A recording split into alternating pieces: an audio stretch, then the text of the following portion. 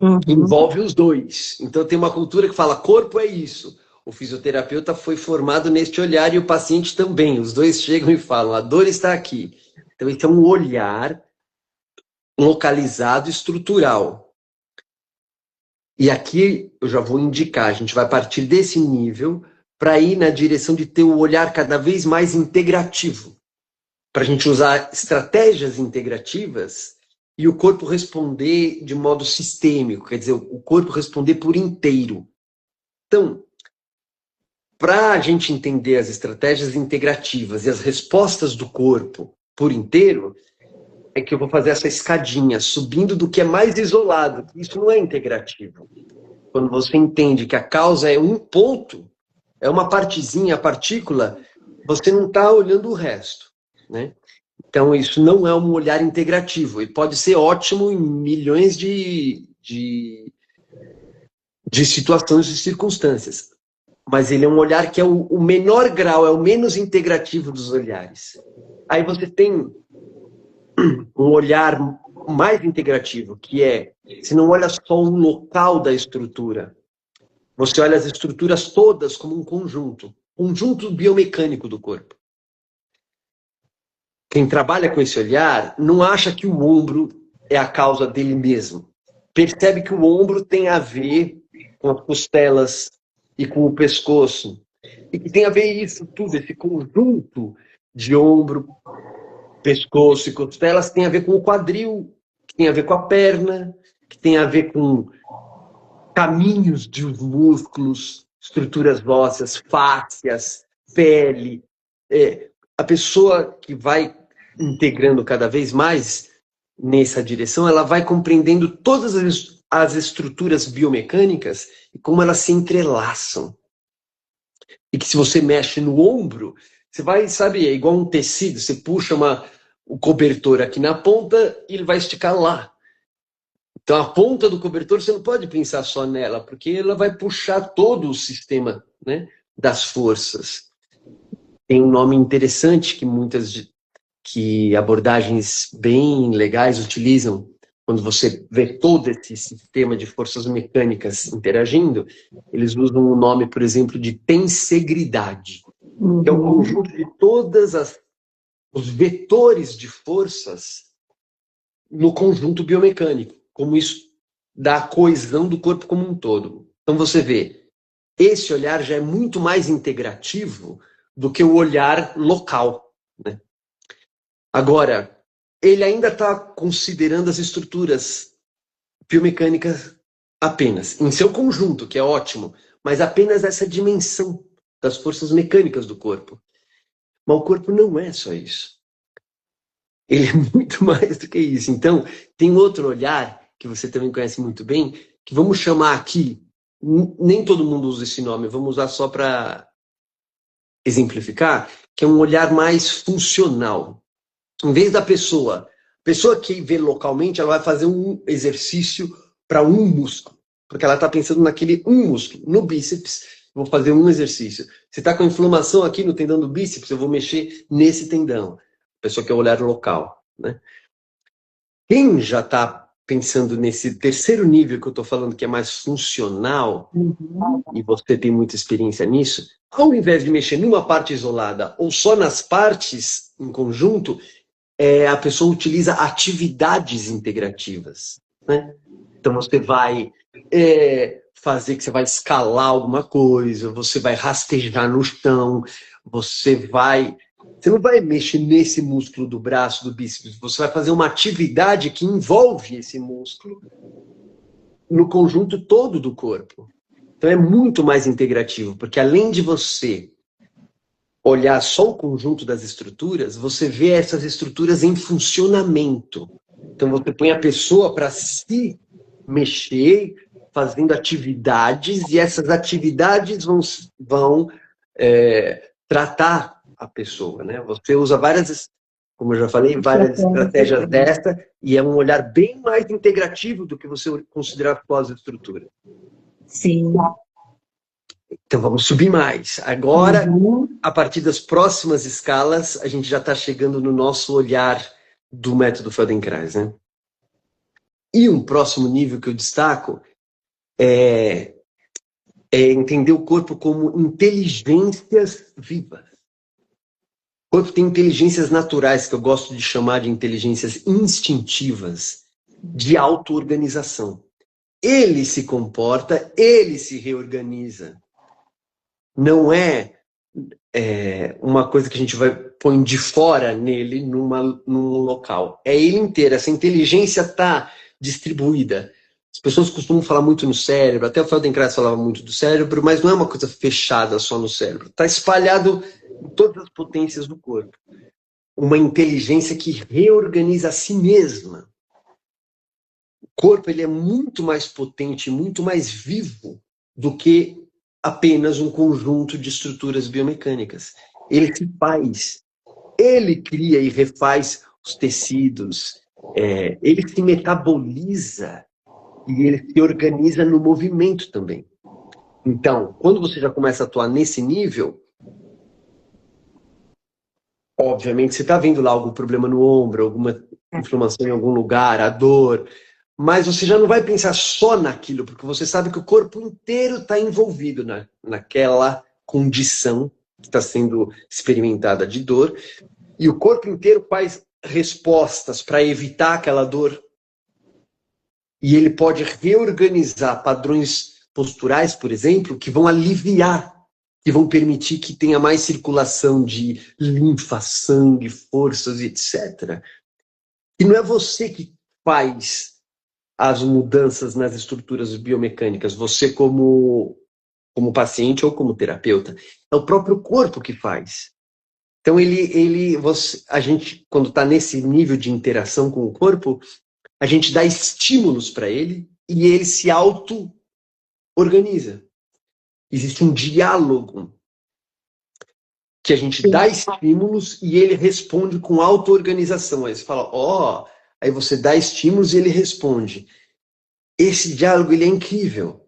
E ele realmente muda todo o patamar da conversa, porque você aí deixa de estar mexendo com estruturas e você mexe com comportamento inteligente.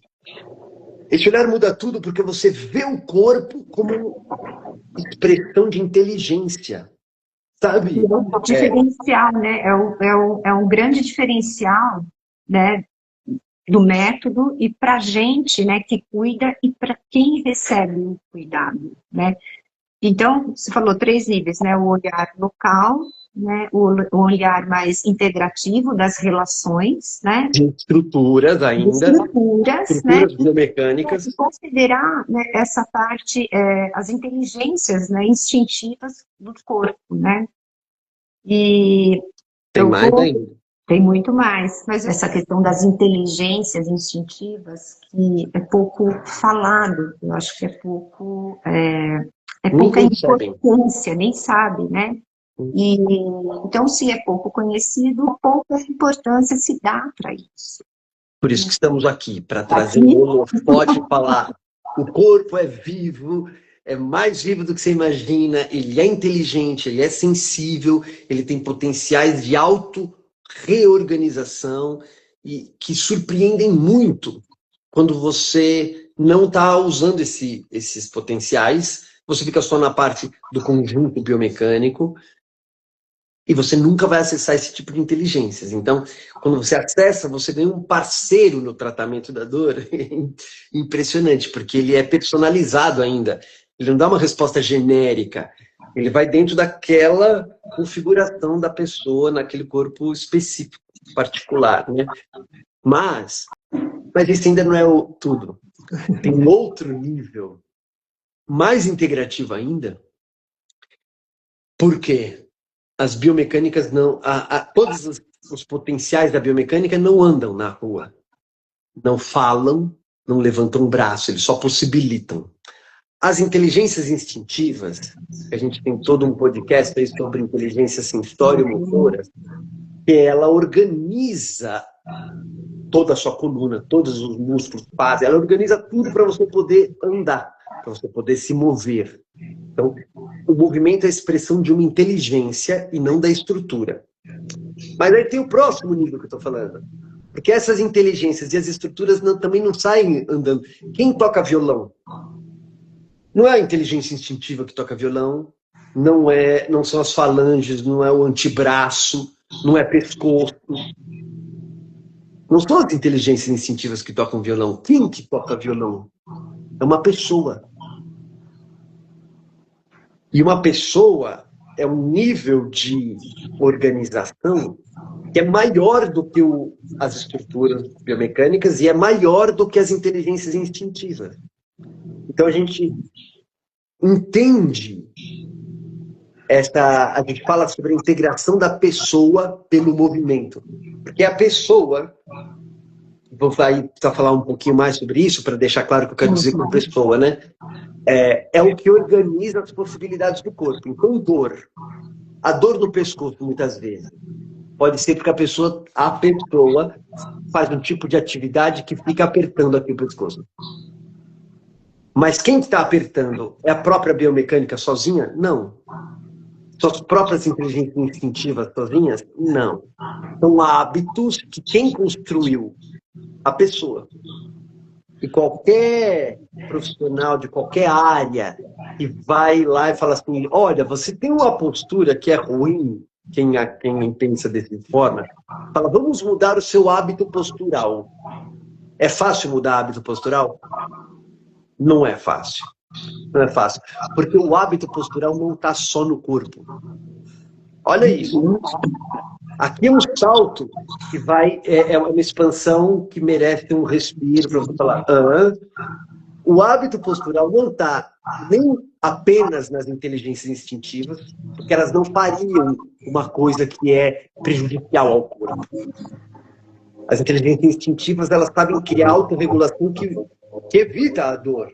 Ela não vai fazer uma coisa que está criando dor. Então, não é nem as estruturas, nem a inteligência instintiva que está fazendo aquilo. São hábitos nocivos. De onde vêm esses hábitos? Vem do convívio social. E é aí que nasce a pessoa. O conjunto de crenças sobre como você deve se mover, quem você é naquele grupo social. Isso muda a sua postura. Os seus hábitos de corpo estão definidos pela a tua inserção social.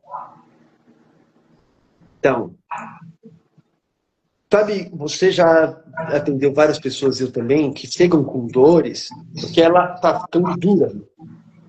E ela acredita que ela tem que ser dura. Ela acredita, por 1000 razões foi ensinada, que ela tem que ficar com a coluna reta e dura. Então ela fica com o pescoço duro, está dura, a respiração está curta, ela está dura. Quem que está criando esse padrão de dureza, de rigidez? É as estruturas biomecânicas? Não. São os potenciais inteligentes, instintivos do corpo? Não. Quem que está criando essa rigidez? O comportamento da pessoa. Então, o salto que a gente dá é, ao invés de pensar no corpo, a gente pensa no sistema inteiro, que é a pessoa-corpo. Escrito como hífen. Pessoa, tracinho, corpo, como algo inseparável. Porque a expressão das inteligências instintivas, que vão reorganizar e evitar a dor, ou curar, restaurar um tecido, todas essas inteligências instintivas não têm expressão, canal de expressão totalmente aberto. Elas vão se expressar dentro do que os hábitos permitem. E quem tem os hábitos é a pessoa. Então, quando você trabalha com a parte instintiva que reorganiza, o instinto mexe em tendão, em músculo, que você não sabe nem que existe. Ele mexe na composição total das forças. Quando você trabalha com a atitude da pessoa, essas imagens mentais, o quanto que ela põe de esforço, o quanto que ela relaxa, o quanto que ela escuta de si mesma, quanto que ela valoriza da experiência que ela está tendo, a experiência que estamos chegando nela. O instinto responde em função da experiência da pessoa. Vou falar de novo. Uhum. As inteligências instintivas respondem ou se comportam em função da experiência da pessoa. Se a pessoa está com vergonha, como é que os músculos dela vão ficar? Relaxados e expansivos? Ela vai contrair. Se ela está com medo, como é que vai ficar a respiração dos músculos dela e a garganta? Se ela está com raiva, quer dizer, estados emocionais e representações mentais da pessoa fazem as inteligências instintivas se comportarem de um jeito ou de outro. Essas inteligências engajam os potenciais biomecânicos e fisiológicos. Então, ó, potenciais biomecânicos e fisiológicos engajados por inteligências que administram tudo isso em função da experiência da pessoa. Quando você faz práticas como as nossas, e você atua em todas essas camadas, você tem um olhar muito mais integrativo. E algumas respostas surpreendem da velocidade. É direto isso, direto isso. A gente se espanta de como é rápido. O que você falou que é difícil... É a compreensão, eu acho que não é acessar, né?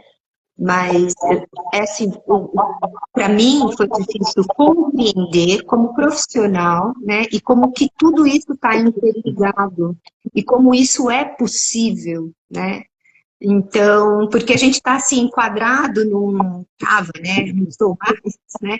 Naquela isso, faça isso e tenha esse resultado, faça isso, faça esse pensamento linear, né? um pensamento linear de causa e efeito assim. Causa e efeito, exato. Então, na hora que você começa a virar a chavinha, né? É de se dar né? Então, isso é a compreensão, mas depois que você compreende e vive, e experimenta, né? Aí é fácil. Aí você já fala, olha... Isso. A única dificuldade que tem...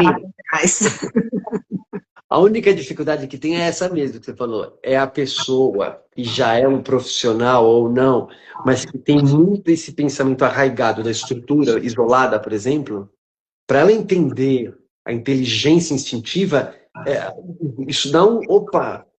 Daí, para ela entender que a experiência da pessoa é que administra a inteligência instintiva, aí o mundo abre muito. E sabe que não é fácil você se abrir para um mundo muito amplo. A gente costuma ser treinado e gostar de uma canaleta mais desenhada. Ó, é assim, as paredes estão aqui, o objetivo é aqui. Quando você se depara com um mundo que é muito amplo, pode dar uma desorientação no início. Depende da pessoa. Para outros, já dá uma alegria imediata. Você fala, uau! O mundo é imenso e ela vai na alegria de descobrir. E as respostas, para quem trabalha com a parte clínica, são instantâneas. Então a gente tem uma amiga nossa aqui, aluna, né, que estava relatando recentemente, que trabalha há anos, tal, reposicionando, ajudando as pessoas a tirar dor, faz um trabalho incrível. E agora ela está falando, mas agora eu nem faço mais aquilo tudo, eu só mexo. Lá em outra região, e tem resultado mais rápido. Então ela está impressionada e inspirada pelos portais de acesso a todo esse potencial de organização da pessoa-corpo. O comportamento corporal é visível e é mensurável. O comportamento corporal. Agora, a motivação e a imagem que estrutura esse comportamento, ela é invisível. Então, os valores e os motivos e as imagens da experiência da pessoa é o que só a pessoa tem acesso. É invisível para qualquer análise do corpo. as dimensões da experiência da pessoa. Uhum. Sentidos, significados, pensamentos, raivas, emoções, crenças. E isso afeta, ou isso organiza, não é que afeta, isso organiza os potenciais fisiológicos e anatômicos e instintivos do organismo. Uhum. Esse recheio invisível da experiência da pessoa, vou repetir essa frase, o recheio invisível da experiência da pessoa é o que organiza o comportamento instintivo, fisiológico e anatômico do corpo. E o que é legal em fazer como estratégias integrativas? Atuar em todos esses níveis. Você atua no nível muscular da articulação local. Você atua na maneira como essa mudança muscular aqui está refletindo na diagonal, lá na outra perna. Você está mexendo no conjunto biomecânico. Você atua na inteligência instintiva e reconfigura isso e estabelece o repertório dos hábitos. Você atua na pessoa, nos acessos que ela tem à experiência de corpo dela, a experiência da dor dela. O modo que a pessoa reage à própria dor é um dos fatores mais importantes do tratamento da dor. O modo que a pessoa se esquiva da dor, ou o modo como ela fica com a dor e fala, eu vou assim mesmo, né? Ou se protege ou vai, ou atropela a dor. A dor está ali, ela fala, eu vou fazer assim mesmo, atropela e vai. O modo como ela se trata, o modo como ela se ouve, o modo como ela vivencia a experiência da dor é o fator chave no tratamento da dor. Entendeu? É esse modo da experiência da pessoa. Isso não está em nenhuma estrutura. É como a pessoa lida com ela mesma na experiência dela.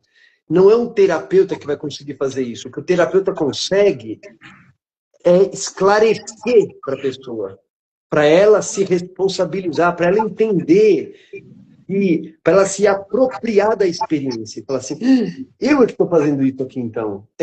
Isso piora, Descobre como você faz diferente. A pessoa precisa se apropriar da experiência da dor, se apropriar da experiência do corpo, para que todos os outros andares de intervenção tenham uma eficiência maior. Então, quando a gente ensina isso, não é que a pessoa, um terapeuta no caso, precisa deixar todos os instrumentos que ele tem. Não, ele usa todos, ele só vai ganhar mais eficiência. Porque ele vai atuar em níveis cada vez mais integrativos. E daí os efeitos são sistêmicos, porque quando a pessoa, de modo integral, né, reorganiza uma experiência do corpo que deixa de ter aquela dor, isso não vai ter efeito só ali. A pessoa começa a fazer um esporte que ela sempre quis e não fazia. Ela começa a tocar um instrumento. Ela muda de relacionamento. Ela se expande, né? Expande, ela cria outras fronteiras sociais, onde ela é sempre submetida. Ela começa a se falar, opa, não, calma. Ela começa a ter voz mais ativa na vida dela, porque ela se apropria da experiência do corpo dela. Quando a gente faz uma intervenção sistêmica, ou melhor, técnicas integrativas, o efeito sistêmico vai para além da parte isolada. O efeito sistêmico vai para a pessoa-corpo. A gente não fragmenta a pessoa em pedacinhos. E quando a gente junta tudo isso, é a pessoa inteira, pessoa-corpo no mundo, que vai expressar os seus potenciais de cura, de restauração orgânica e de comportamento no mundo.